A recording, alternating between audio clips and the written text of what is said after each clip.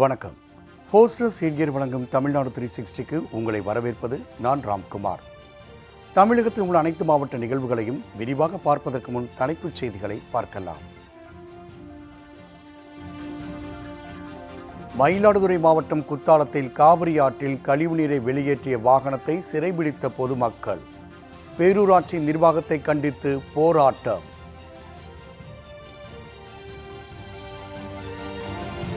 நெல்லை அருகே கட்டி முடிக்கப்பட்ட சுகாதார நிலையம் திறக்கப்படாத அவலம்.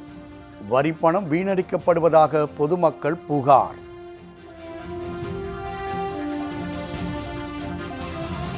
நீலகிரி மாவட்டத்தில் விவசாய நிலங்களில் புகுந்த மழை நீரினால் அழுகும் காய்கறிகள்.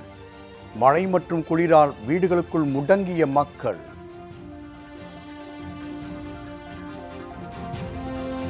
திருப்பூர் மாவட்டம் அவிநாசிபாளையத்தில் விவசாயிகள் மொட்டையடித்து போராட்டம்.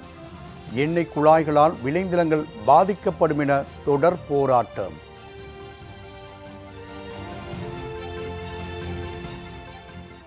எடப்பாடி அடுத்த பூலாம்பட்டி காவிரி ஆற்றில் நாய் மற்றும் மீன்கள் செத்து மிதப்பதால் நோய் தொற்று ஏற்படும் அபாயம். சுகாதாரமற்ற ஆற்றிலிருந்து குடிநீர் எடுத்துச் செல்லப்படும் அவலம்.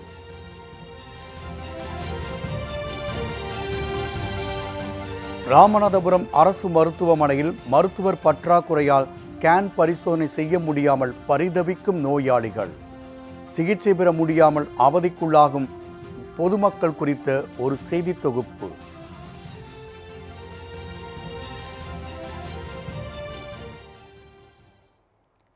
மயிலாடுதுறை மாவட்டம் குத்தாலத்தில் காவிரி ஆற்றில் கழிவு நீரை வெளியேற்றிய வாகனத்தை சிறைபிடித்து பொதுமக்கள் போராட்டத்தில் ஈடுபட்டனர். குத்தாலம் முத்துமாரியம்மன் நகர் அருகில் காவிரி ஆற்றின் பாலத்தின் வழியாக வரும் செப்டி டேங்க் வாகனங்கள் கழிவு நீரினை ஆற்றில் கலந்துவிட்டு செல்வதை அறிந்த அப்பகுதி மக்கள் லாரியை சிறைபிடித்தனர்.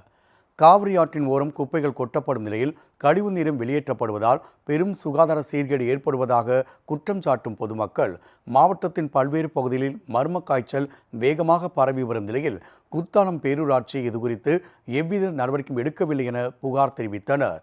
போராட்டம் குறித்து தகவல் அறிந்து வந்த போலீசார் கழிவுநீர் வாகனத்தை காவல் நிலையத்திற்கு எடுத்துச் சென்றனர். கல்லணையில் திறக்கப்பட்ட காவிரி நீர் மயிலாடுதுறை குத்தாலத்திற்கு இன்னும் சில தினங்களில் வந்து சேரும் என எதிர்பார்க்கப்படும் நிலையில் இக்கழிவுநீர் பிரச்சனையை தீர்க்க பேரூராட்சி நிர்வாகம் பொதுப்பணித்துறையும் நடவடிக்கை எடுக்க வேண்டும் என பொதுமக்கள் கோரிக்கை விடுத்துள்ளனர்.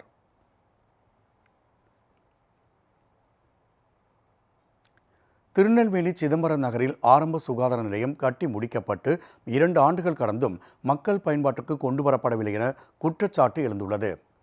நெல்லை மாநகராட்சிக்கு உட்பட்ட 1வது வார்டு சிதம்பரம் நகர் பகுதியில் மக்களின் சுகாதார தேவைகளை கருத்தில் கொண்டு கட்டி முடிக்கப்பட்ட ஆரம்ப சுகாதார நிலையம் 2 ஆண்டுகள் கழித்தும் திறக்கப்படாமல் உள்ளது.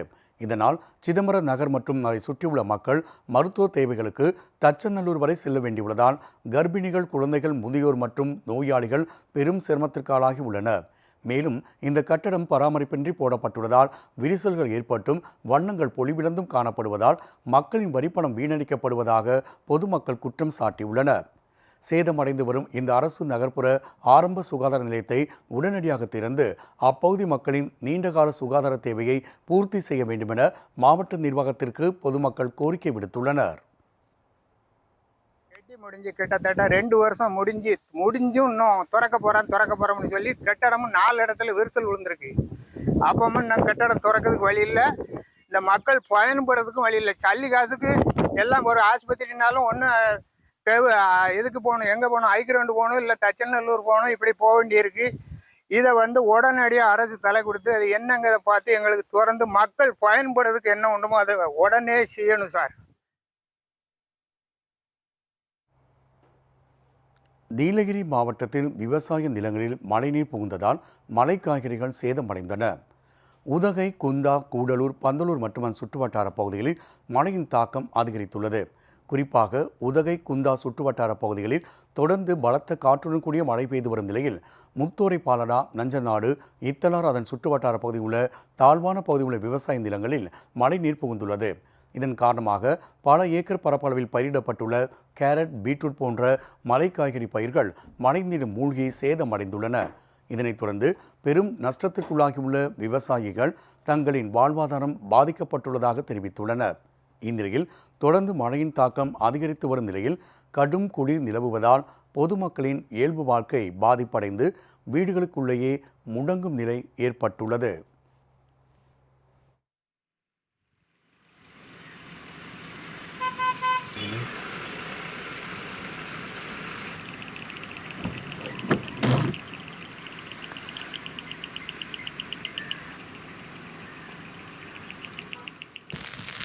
Tira não, não compra. Deixa.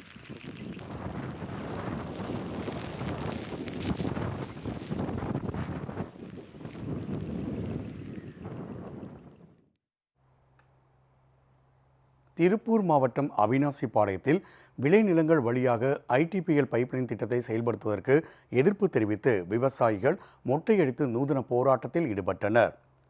Bharat petroleum நிறுவனம் கேரள மாநிலம் கொச்சி முதல் கர்நாடக மாநிலம் தேவனஹந்தி வரை குழாய் மூலம் எரிபொருள் கொண்டு செல்லும் திட்டத்தை செயல்படுத்தி வருகின்றது.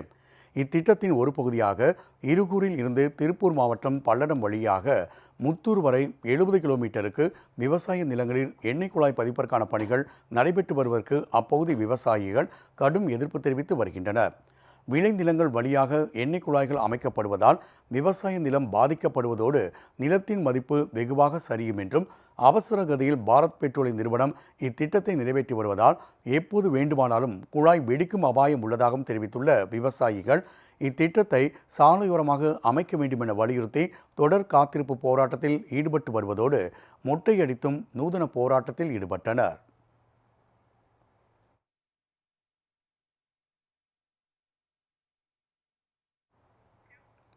சேலம் மாவட்டம் எடப்பாடி அடுத்த பூலாம்பட்டி காவிரி ஆற்றில் நாய் மற்றும் மீன்கள் செத்து மிதந்து வருவதால் தொற்று நோய் பரவும் அபாயம் ஏற்பட்டுள்ளது.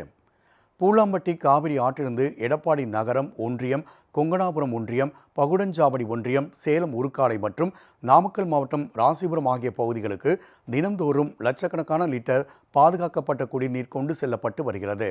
இந்நிலையில் பூலாம்பட்டி காவிரி ஆற்றில் மீன்கள் செத்து மிதந்து துர்நாற்றம் வீசுவதோடு அப்பகுதியில் தொற்றுநோய் பரவும் அபாயமும் ஏற்பட்டுள்ளது. மேலும் கடந்த 4 நாட்களாக நாய் ஒன்று செத்து மிதப்பதை பூலாம்பட்டி பேரூராட்சி நிர்வாகம் அப்புறப்படுத்தாமல் அலட்சியம் காட்டுவதாக பொதுமக்கள் குற்றம் சாட்டியுள்ளனர். பூலாம்பட்டியிலிருந்து கொண்டு செல்லப்படும் குடிநீரை பருகும் பொதுமக்களின் நிலை என்னவாகும் என்பதை உணர்ந்து சம்பந்தப்பட்ட அதிகாரிகள் காவிரி ஆற்றில் செத்து மிதக்கும் நாய் மற்றும் மீன்களை அப்புறப்படுத்த வேண்டும் என்று சமூக ஆர்வலர்கள் கோரிக்கை விடுத்துள்ளனர். கிருஷ்ணகிரி மாவட்டம் போச்சம்பள்ளி பகுதிக்கு வலசை வந்துள்ள பட்டாம்பூச்சிகள் வாகனங்களில் அடிபட்டு உயிரிழக்கும் பரிதாப நிலை நீடித்து வருகிறது. போச்சம்பள்ளி, அகரம், புலியூர் உள்ளிட்ட பல பகுதிகளில் உணவு, நீர் அல்லது தட்ப வெப்பநிலை போன்ற காரணங்களுக்காக வரும் பட்டாம்பூச்சிகள் லட்சக்கணக்கில் கூட்டமாய் காணப்படும் நிலையில் இவைகள் சாலைகளை கடக்கும்போது வாகனங்களில் அடிபட்டு சிதைந்து காணப்படுவது காண்போரை கலங்க வைத்துள்ளது. அழிவின் விளிம்பில் உள்ள பட்டாம்பூச்சிகளை பாதுகாக்க வலசை காலங்களில் பயிர்களுக்கு பூச்சிக்கொல்லி மருந்து அடிப்பதை தவிர்க்க அறிவுறுத்தும் அரசு அவைகள் அதிகமாக காணப்படும் நெடுஞ்சாலைகளின் இருபுறங்களிலும் சல்லடை தடுப்புகளை ஏற்படுத்தி பட்டாம்பூச்சிகளை அழிவில் இருந்து காக்க நடவடிக்கை எடுக்க வேண்டும் என்று சூழலியல் ஆர்வலர்கள் எதிர்பார்ப்பாக உள்ளது. கொடைக்கானல் பிரையன் பூங்காவில் ஆண்டுக்கு ஒருமுறை மட்டுமே பூக்கக்கூடிய லில்லியம் மலர்கள் பூத்து குலுங்கி சுற்றுலா பயணிகளை வெகுவாக கவர்ந்துள்ளது. மலைகளின் இளவரசி, கோடை வாசஸ்தலம் என்றெல்லாம் வர்ணிக்கப்படும் கொடைக்கானலுக்கு தமிழகம் மட்டுமின்றி வெளி மாநிலங்கள், வெளிநாடுகளிலிருந்தும் ஏராளமான சுற்றுலா பயணிகள் வந்து செல்கின்றனர். இங்கு காணப்படும் பனி படர்ந்த மலைகளையும் பசுமையான புல்வெளிகளையும் காணும் சுற்றுலா பயணிகள் கொடைக்கானலில் உள்ள ரோஸ் கார்டன் மற்றும் பிரையன் பூங்காவில் உள்ள மலர்கள் மற்றும் பல்வேறு வகையான ரோஜாக்களை காண்பதற்கு அதிக ஆர்வம் காட்டி வருகின்றனர். இந்நிலையில் நெதர்லாண்டை பிறப்பிடமாக கொண்டு ஆண்டுக்கு ஒருமுறை மட்டுமே பூக்கக்கூடிய லில்லிய மலர்கள் தற்போது பிரையன் பூங்காவில் பூக்க துவங்கியுள்ளன. வழக்கமாக மே மாதங்களில் பூக்கக்கூடிய இவ்வகை மலர்கள் இந்த ஆண்டு 1 மாதம் தாமதமாக பூக்க துவங்கி வெள்ளை மற்றும் ரோஸ் நிறங்களில் காணப்படுகிறது. லில்லிய மலர்கள் பூத்ததிலிருந்து 15 முதல் 20 நாட்கள் வரை வாடாமல் இருக்கும் நிலையில் ஒரு பூங்கொத்து 1300 ரூபாய் வரை விலை போகும் என தோட்டத்துறை அலுவலர்கள் தெரிவித்துள்ளனர். வந்து லில்லிய மலர்கள் வந்து பூக்கத் துவங்குகிறது. இது வந்து சுற்றுலா பயணிகளை வந்து பெரிதும் கவர்ந்த வண்ணம் உள்ளது. இந்த பூக்கள் வந்து மொத்தம் 3 வகையில் இருக்குது. Asiatic, oriental, rose lily. இதில் வந்து ஓரியண்டல் வந்து வாசனை மிகுந்த பூவாக வரும். ரோஸ் லில்லி வந்து இந்த வருஷம் புதுசாக வந்து ட்ரை பண்ணியிருக்கோம். இந்த பூக்கள் வந்து பூத்ததிலிருந்து 15 நாள் 20 நாள் வரைக்கும் இருக்கும். இது வந்து வருஷத்துக்கு ஒரு முறை மட்டும் பூக்கும் தன்மை கொண்டது. இந்த பூக்கள் வந்து ஒரு பஞ்ச் வந்து எவ்வளோன்னு பார்த்தீங்கன்னா 1600 1300 வரைக்கும் விலை போகும்.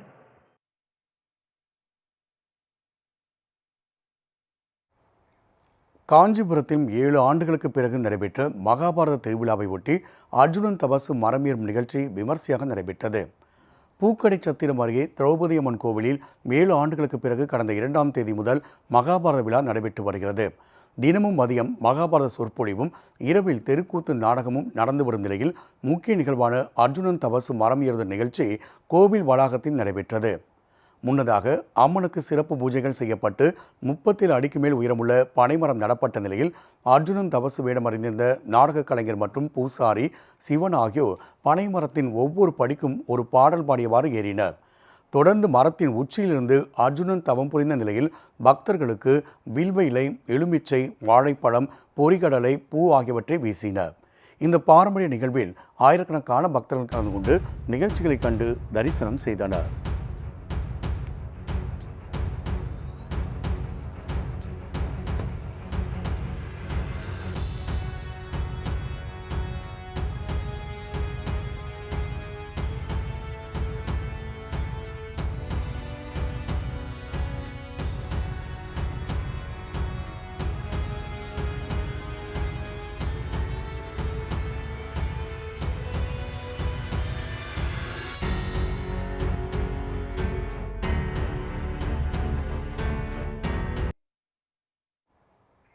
சேலம் மாவட்டம் வாழப்பாடி அருகே வருவாய்த்துறையினரின் அலட்சிய போக்கால் 3 தலைமுறைகளாக வீட்டுமனை பட்டா பெற முடியாமல் பொதுமக்கள் போராட்டத்தில் ஈடுபட்டனர். குறிச்சி கிராமத்தில் உள்ள ராஜவீதியில் 50க்கும் மேற்பட்ட குடும்பங்கள் வசித்து வரும் நிலையில் இந்த குடியிருப்பு பகுதியை தெரு என்றும், அதேபோல நாடார் சாலை பகுதி மக்கள் குடியிருப்பு பகுதியை நெடுஞ்சாலை என்றும் கிராம கணக்கு பதிவேட்டில் பதியப்பட்டுள்ளது. வருவாய்த்துறை அதிகாரிகள் தவறுதலாக கிராம கணக்கு பதிவேட்டில் பதிவு செய்ததால் 25க்கும் மேற்பட்ட குடும்பங்கள் வீட்டுமனை பட்டா பெற முடியாமல் தவித்து வருகின்றனர். இதுகுறித்து பலமுறை வாழப்பாடி வட்டாட்சியரிடமும் மாவட்ட ஆட்சித்தலைவரிடமும் மனு கொடுத்தும் எந்த ஒரு பயனும் இல்லாமல் இருப்பதால் ஆத்திரமடைந்த பொதுமக்கள் குறிச்சி கிராம நிர்வாக அலுவலகத்தின் முன்பாக காத்திருப்பு போராட்டத்தில் ஈடுபட்டனர். 2 பகுதியில் வந்து வீட்டுமனை பட்டா இல்லாமல் இருக்கிறாங்க. பார்த்தீங்கன்னா அது என்னன்னா, வருவாய்த்துறையில் வந்து அந்த நாடார் சாலை பகுதியை வந்து நெடுஞ்சாலை எண்ணம், அதே மாதிரி ராஜவீதி பகுதியை வந்து தெரு என்பது வந்து வகைப்பாட்டில் வந்து தவறு இருக்குது, தவறாக பதிவு பண்ணியிருக்கிறாங்க. அந்த தவறை திருத்தி இந்த பகுதியில் இருக்கிறவங்களுக்கு பட்டா வேணும்னு சொல்லி இப்போ நாங்கள் வந்து ஒரு 4 வருஷமாக வந்து தொடர்ந்து பல கட்டமாக வந்து போராட்டம், மனு கொடுக்கறது, இது எல்லாமே பண்ணிக்கிட்டு இருக்கிறோம். போஸ்டர்ஸ் எட்கேர் வழங்கும் தமிழ்நாடு 360யில் அடுத்து வருவது ஊர் நிகழ்வுகளை விரைவாக வழங்கும் உள்ளூர் எக்ஸ்பிரஸ்.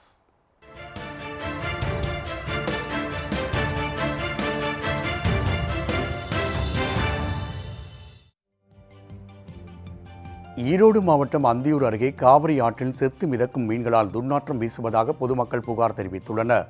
அந்தியூர் அடுத்துள்ள நெருஞ்சிப்பேட்டை அருகே காவிரி ஆற்றில் நீர் மின் திட்டத்திற்காக தண்ணீர் 30 அடி வரை தேக்கப்பட்டுள்ளது. இந்நிலையில் கடந்த 3 தினங்களாக சின்னப்பள்ளம், நெருஞ்சிப்பேட்டை ஆகிய பகுதிகளில் காவிரி ஆற்றின் மீன்கள் இறந்து போய் மிதந்து வருகிறது. மீன்கள் இழப்பிற்கு மேட்டூர் அணையில் தேக்கி வைக்கப்பட்டிருந்த தண்ணீர் கெட்டுப் போயிருந்த நிலையில் அணை ஆற்றில் திறந்துவிடப்பட்டதால் மீன்களுக்கு ஆக்சிஜன் கிடைக்காமல் உயிரிழந்துள்ளதாக கிராம மக்கள் குற்றம் சாட்டியுள்ளனர்.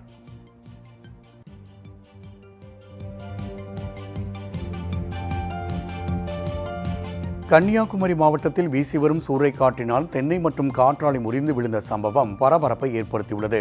குமரிக்கடல் பகுதியில் மையம் கொண்ட காற்றழுத்த தாழ்வு காரணமாக மாவட்டத்தில் உள்ள பல்வேறு இடங்களில் சூறைக்காற்று வீசி வருகிறது. இந்நிலையில் நாகர்கோவில் அடுத்த தாளாக்குடி பகுதியில் உள்ள தென்னந்தோப்பில் திடீரென அடித்த சூறைக்காற்றினால் தென்னை மரம் முறிந்து கார் மீது விழுந்து சேதமடைந்தது. இதேபோன்று ஆரல்வாய்மொழி முப்பந்தல் பகுதியில் தனியாருக்கு சொந்தமான காற்றாலை இறக்கை ஒன்று சூறைக்காற்றில் முறிந்து கீழே விழுந்ததில் நல்வாய்ப்பாக உயிர்ச்சேதம் தவிர்க்கப்பட்டது.